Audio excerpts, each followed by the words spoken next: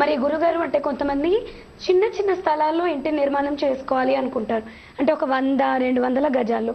మరి అలా చిన్న స్థలంలో నిర్మాణం చేసినప్పుడు వాస్తు ప్రకారం ఏమైనా ఇబ్బందులు ఎదుర్కోవాల్సి వస్తుందంటారు? అంటేనమ్మా, ఒక చిన్న స్థలము వాస్తు ప్రకారం నిర్మాణం చేసుకోవాలంటే అది చాలా కష్టమైన పని. ఉదాహరణకమ్మా, తూర్పు రోడ్డు గల స్థలము ఒక 100-200 గజాలు ఉందనుకోండి. మనం వీలైనంత వరకు వాస్తు ప్రకారం తీర్చిదిద్దడానికి అవకాశం ఉంటుంది, కానీ 100% వాస్తు రావాలంటే రాకపోవచ్చు. అదే దక్షిణం కానీ పడమర ఉన్నప్పుడు అష్టదిక్కులకు ఇబ్బంది లేకుండా ప్లాన్ చేయడం అంటే చాలా కష్టమైన పని అది. ఎందుకు అని మనం చూస్తే, ప్రాథమిక సూత్రాన్ని మొదట మనం తప్పనిసరిగా పాటించాల్సి ఉంటుంది. ప్రాథమిక సూత్రాలంటే దక్షిణం కంటే ఉత్తరంలో ఖాళీ స్థలం ఎక్కువ ఉండాలి, పడమర కంటే తూర్పులో ఖాళీ స్థలం ఉండాలి. చాలా వరకు ఏం చేస్తుంటారమ్మంటే, గ్రౌండ్ ఫ్లోర్లో ఇది పాటిస్తారు. కొంతమంది ఏం చేస్తున్నారంటే దక్షిణం కంటే ఉత్తరం ఎక్కువ ఉంచేస్తారు, కానీ పడమర కంటే ఉత్తరం తక్కువ ఉన్నప్పుడు సమస్యలు వస్తాయనే విషయం వాళ్ళకి తెలియదు. ఇప్పుడు పడమర ముఖద్వారం ఉంది, పడమర రోడ్డు ఉన్నది. ఉదాహరణకమ్మ, ఒక 150-160 గజాల ఒక స్థలము ఉందనుకుందాం, లేక ఒక 200 గజాల స్థలం ఉందనుకుందాం. అక్కడ ఎలాంటి పొరపాట్లు జరుగుతున్నాయి అనేది మనం పరిశీలిస్తే, పడమరలో మొదట నైరుతిలో స్టేర్ కేస్ నిర్మాణం చేసుకోవాలి, అంటే నైరుతిలో మెట్ల నిర్మాణం చేసుకోవాలి. పశ్చిమ నైరుతిలో 6 ఫీట్ల బాల్కనీ మనం తీసుకుంటాం, కానీ తప్పనిసరిగా తూర్పులో 6 ఫీట్ల బాల్కనీ ఉండాల్సిందే, ఉత్తరంలో కూడా 6 ఫీట్ల బాల్కనీ ఉండాల్సిందే. అలా కాకుండా చాలామంది ఏం చేస్తారు అంటే ఉత్తరంలో 4 ఫీట్ల బాల్కనీ లేదా 3 ఫీట్లకు సర్దుకుంటారు. పశ్చిమ చూస్తే బాల్కనీ 6 ఫీట్ల నుంచి 7 ఫీట్లు ఉంటుంది. ఇలాంటి నిర్మాణం చేసుకున్నప్పుడు వాళ్ళకి ఎలాంటి ఇబ్బందులు వస్తుంటాయి అనేది తెలుసుకోవచ్చు ముందుగానే. ఆర్థికపరమైన బాధలు, ఉద్యోగంలో ఉందనుకోండి, ఉద్యోగంలో టెన్షన్స్, ఉద్యోగ భద్రత కూడా ఉండకపోవడం. ఎందుకంటే నా ప్రాక్టికల్ లైఫ్లో ఎంతోమంది చూశాను. ఇంకా వాళ్ళ కుటుంబంలో కుబేరుడి అనుగ్రహం ఉండదు. ఎందుకు ఉండదు?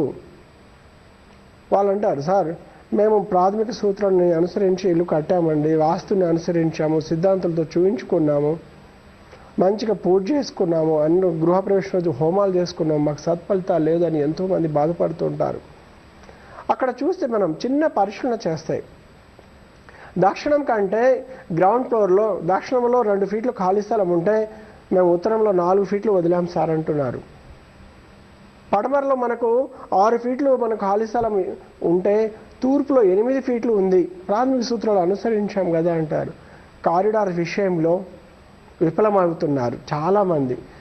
ఎప్పుడైనా కూడా దక్షిణంలో కారిడార్ 2 ఫీట్ ఉంది, ఉత్తరంలో మనకు 4 ఫీట్ ఉంది, పడమరలో 6 ఫీట్ ఉంది స్టేర్ కేస్ అండ్ బాల్కనీ, తూర్పులో 6 ఫీట్ ఉంది. కానీ పడమర బాల్కనీ పెరగడం వలన, ఉత్తర బాల్కనీ తరగడం వలన అక్కడ మంచి ఫలితాలు రావు. కుబేరుడి అనుగ్రహం ఆ ఇంటి మీద ఉండదు.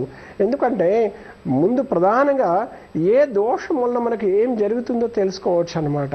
చూడండి, ఇక్కడ చూస్తే వీళ్ళు పర్ఫెక్ట్గా పాటించడం అనుకుంటున్నారు, కానీ ఒక్క బాల్కనీ ద్వారా పూర్తి వాస్తుని మైనస్ అవుతుంది. అష్టదిక్పాలకుడు కుబేరుడు ఆ ఫస్ట్ ఫ్లోర్లో ఉండే వాళ్ళకి అస్సలు మంచి సత్ఫలితాలు ఇవ్వదు. ఎందుకు ఇవ్వరు అంటే చక్కగా నైరుతి నుంచి వీళ్ళు పైకి వెళ్తారు, బాల్కనీని యూజ్ చేస్తుంటారు. ఇంకా కొంతమంది ఏం చేస్తారు, ఆ బాల్కనీ తగ్గట్టు కాలం తగ్గట్టుగా పశ్చిమ వాయువులో సింహద్వారం ఏర్పాటు చేయకుంటే ఇంకొక 2 ఫీట్ సెట్ బ్యాక్ పెట్టుకుంటారు, ఎందుకంటే విశాలంగా ఉంటుందని. అది ఇంకా చాలా తప్పిదం, చాలా ఘోరం అన్నమాట.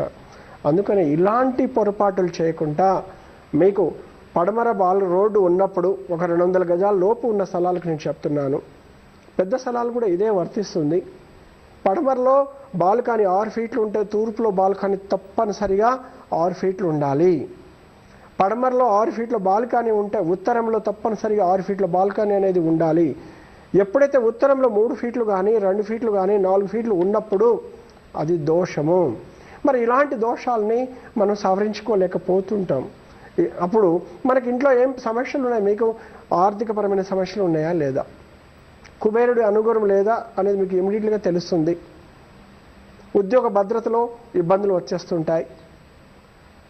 ఇంకా కొంతమంది ఇలాంటి గృహాల్లో ఏం జరుగుతుందంటే అనవసరంగా మధ్యవర్తులుగా ఫ్రెండ్స్కి, నమ్మిన వాళ్ళకి డబ్బులు ఇప్పించడము, ఆ డబ్బులు ఇప్పించిన మధ్యవర్తి తర్వాత ఇవ్వాల్సిన టైంలో వాళ్ళు ఇవ్వకపోవడము, మధ్యవర్తిగా వీళ్ళు ఇబ్బంది పడడము, తద్మూలంగా ఆర్థిక పరిస్థితులతో ఉన్న ఇల్లుని మళ్ళీ లోన్లో ఏదో బ్యాంకులో పెట్టుకొని లేకుంటే అమ్ముకొని అప్పులు కట్టాల్సిన పరిస్థితులు వచ్చేస్తాయి. ఎందుకు అంటే కుబేర దోషం ఇలా ఉంటుంది. అదేవిధంగా మనము ఒక దక్షిణ స్థలం మనం చూస్తాం. దక్షిణం రోడ్డు ఉన్నది, ఉదాహరణకు ఒక 30 ఇంటూ ఒక 50 అనుకుందాం. దక్షిణ స్థలం ఉన్నప్పుడు దక్షిణ ముఖద్వారము నిర్మాణం జరగాలనేది శాస్త్రం చెప్తుంది. కానీ మనం ఏం చేస్తున్నాం, దక్షిణాగ్నేయంలో అసలు కంప్లీట్ దక్షిణాగ్నేయంలో ఒక ఫిల్లర్ ఇచ్చేస్తున్నాం. కనీసం చిన్న మొత్తం ఆగ్నేయ అనే కార్నర్ లేకుండా గేట్ పెట్టేస్తున్నారు.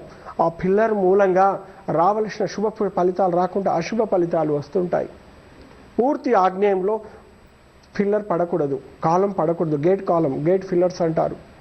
అదేవిధంగా మనం గేట్ ఏర్పాటు చేసుకుంటారు దక్షిణాగ్నేయంలో శుభము.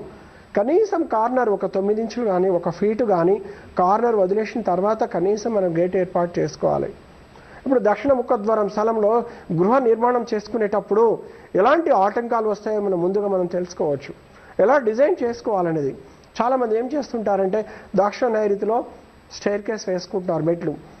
దక్షిణ ఆగ్నేయంలో చక్కగా మనకు 6 ఫీట్ల 9 అంగుళాలు 6 ఫీట్లు బాల్కాన్ వేసుకుంటున్నారు.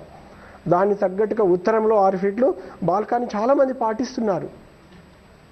అదేవిధంగా పడమరలో ఒక 2 ఫీట్లు, తూర్పులో ఒక 4 ఫీట్లు, దక్షిణంలో 6 ఫీట్లు కానీ 7 ఫీట్ల బాల్కానీ పెద్దగా ఉండి తూర్పులో 4 ఫీట్ల బాల్కానీ ఉన్నప్పుడు వాళ్ళకు తూర్పు దిక్కుకి దిక్పాలకుడు ఎవరు అంటే ప్రధానంగా ఇంద్రుడు. ఆ దిక్కుకి తూర్పు వారి నుంచి ఆగ్నేయం, ఈశాన్యం, తూర్పు ఈశాన్యం. అయితే ఈ 3 దిక్కుల నుంచి రావలసిన సత్ఫలితాలు ఆ గృహం మీద రావు. ఎందుకు రాదు అంటే వాళ్ళకి చూసుకుంటారు. మాకు పడమరలో ఒక 3 ఫీట్ల ఖాళీ స్థలం ఉన్నది, 2 ఫీట్ల ఖాళీ స్థలం ఉంది, తూర్పులో ఎంత 4 ఫీట్లు ఉంది, దాని తగ్గట్టుగా మేము గేట్ పెట్టుకున్నాము, దక్షిణంలో నేను మెట్లు వేసుకున్నాము, స్టైర్ కేస్ వేసుకున్నాము, నైరుతిలో పైన కప్పు వేసుకున్నాము, ఉత్తరంలో బాల్కనీ మేము వాస్తు ప్రకారమే కట్టుకున్నాం అనుకుంటారు. మీరు గ్రౌండ్ ఫ్లోర్లో చూడండి, తూర్పులో 4 ఫీట్లు, దక్షిణంలో ఎంత 6 నుంచి 8 ఫీట్లు ఉంది, ఉత్తరంలో మీకు 10 ఫీట్ ఉండొచ్చు. కానీ తూర్పులో ఖాళీ స్థలం తగ్గిపోయి దక్షిణంలో ఖాళీ స్థలం పెరిగిపోవడం వలన అలాంటి ఇండ్లలో భార్యాభర్తల సఖ్యత ఉండకపోవడము, ఆర్థికపరమైన ఇబ్బందులు, ఏదైనా శుభకార్యాలు చేయాలనుకుంటే తొందరగా చేయలేకపోతుంటాము, పిల్లలకు వివాహ గడియలు ఆలస్యం అయిపోవడము, ఇంకా మనం చూస్తే పేరు ప్రతిష్టలు. మన డబ్బు ఎవరికైనా ఇస్తే తూర్పు ఇంద్రస్థానం నుంచి అక్కడి నుంచి ఆయన డబ్బు ఇవ్వడం వల్ల నేను నష్టపోయినాను, ఇంకా పేరు ప్రతిష్టలు పోవడము, చెడ్డ పేరును తెచ్చుకోవడము. ప్రధానంగా దక్షిణానికి ఖాళీ స్థలం ఎక్కువ ఉండి తూర్పు ఖాళీ స్థలం తక్కువ ఉన్నప్పుడు ఆ ఇంట్లో స్త్రీలకు అనారోగ్య సమస్యలు తరచు ఏదో ఒక వెంటాడుతుంటుంది. చిన్నపిల్లలున్న చర్మ వ్యాధులు రావడము. ఇంకా ఇలాంటి దక్షిణానికి సంబంధించినది మనం తీసుకుంటే యమధర్మరాజు దక్షిణానికి అధిపతి. మృత్యుదేవత కూడా ఎప్పుడు కాసుకొని ఉంటుంది. ఉత్తరంలో ఖాళీ స్థలం ఉంది, కానీ తూర్పులో దక్షిణం కంటే తూర్పులో ఖాళీ స్థలము తక్కువ ఉండడం వలన ఎన్నో నష్టాలు, తద్మూలంగా ఆర్థికపరమైన నష్టాలు. కుబేరుడిక మిత్రుడు ఇంద్రుడు, కానీ కుబేరుడిక మిత్రుడు ఖాళీ స్థలం తక్కువడం వలన కుబేరుడికి ఆపోజిట్ వర్గమైన యమస్థానము ఖాళీ స్థలం పెరగడం వలన ఆ ఇంద్రుడు కూడా సత్ఫలితాలు ఇవ్వక ఎన్నో కష్టాలు నష్టాలు పడుతూ ఉంటారు. సరిచేయాలి అంటే చేసుకునే అవకాశం లేదు. మెట్లని తీసివేయలేము, మెట్లు తీసేసి ఇంకో దగ్గర పెట్టలేము, ఎన్నో లక్షలతో ఖర్చుకున్నది. ఇలాంటి దోషాలతో బాధపడుతూ ఉంటే మీరు బాధపడాల్సిన అవసరం లేదు. ప్రతి దోషాన్ని అష్టదిగ్బంధన అనే ఒక కార్యము ద్వారా ఆ దోషాన్ని నివృత్తి చేసుకోవచ్చు.